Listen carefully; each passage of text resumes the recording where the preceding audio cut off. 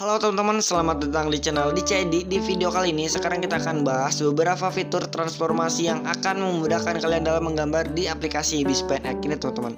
Nah teman-teman, mungkin dari kalian ada yang udah tahu, tapi di sini kita akan memberitahu teman-teman kita yang benar-benar baru pakai aplikasi ini teman-teman.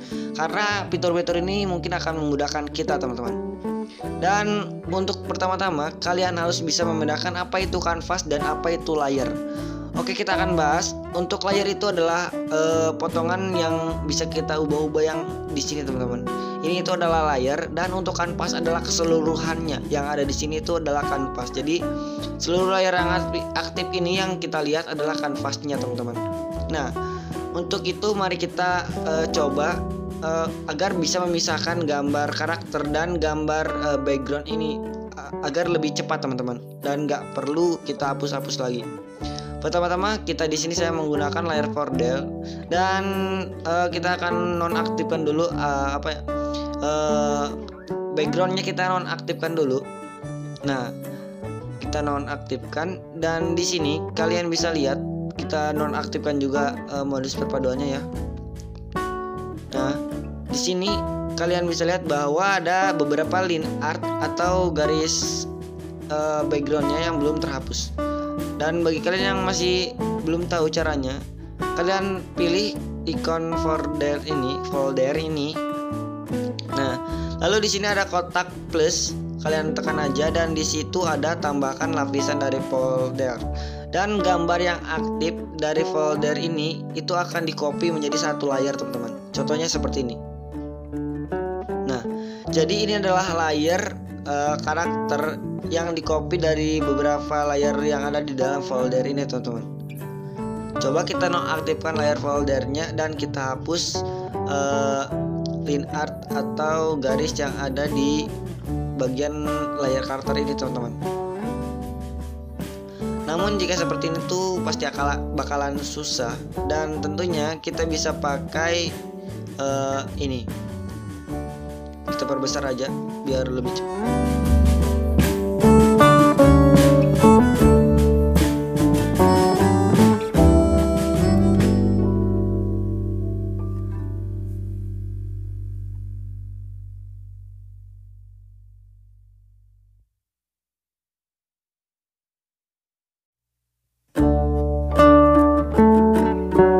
Teman-teman, mungkin dari kalian ada yang bingung kenapa saya gak pakai fitur gabungkan aja, padahal itu lebih mudah. Itu soalnya kalau kita gabungkan beberapa layer yang ada untuk memisahkan karakternya saja, itu akan merusak layer yang lainnya kalau ada kesalahan.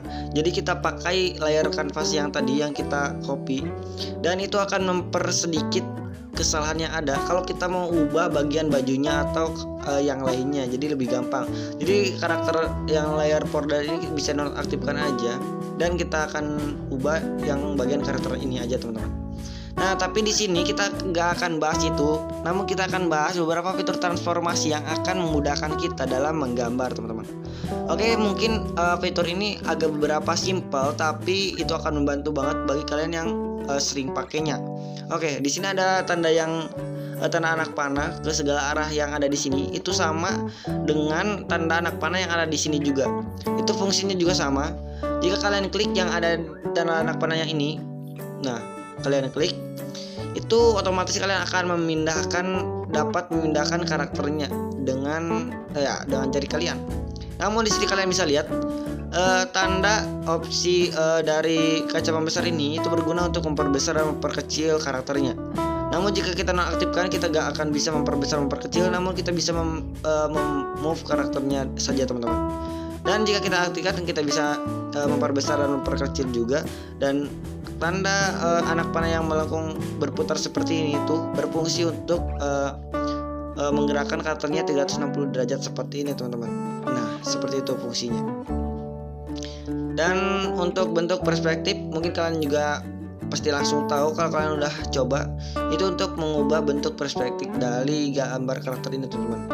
Ya pokoknya seperti itu. Untuk bentuk perspektif ini kalian bisa atur-atur sendiri. Dan untuk bentuk bertalian itu kalian bisa ubah. Biasanya ini untuk mode pencairannya teman-teman. Ya kalian juga mungkin jarang pakai yang bagian ini. Dan untuk garisnya juga kalian bisa tambahkan sesuai hati kalian. Dan kita gak akan bahas yang itu karena yang pasti kalian pakai itu yang ada di bagian ini, yang mengubah ini teman-teman. Ya kalian bisa pakai operasi pembesar dan pengkecilnya teman-teman. Dan oke, di sini kalian untuk fitur yang ini, yang ya untuk mengubah ini itu sama dengan fitur yang ini. Dan bagi kalian yang ingin mengubah atau karakternya, kalian harus pilih layarnya terlebih dahulu teman-teman. Kalau kalian ingin mengubah layar karakter ini tapi kalian masih aktif di layar yang modus perpaduan ini, kalian gak bakalan bisa mengubah karakternya karena kalian harus memilih layarnya terlebih dahulu. Untuk garis panjang ini itu sama fungsinya sama yang ada di sana, cuman ya beda tempat aja teman-teman. Oke.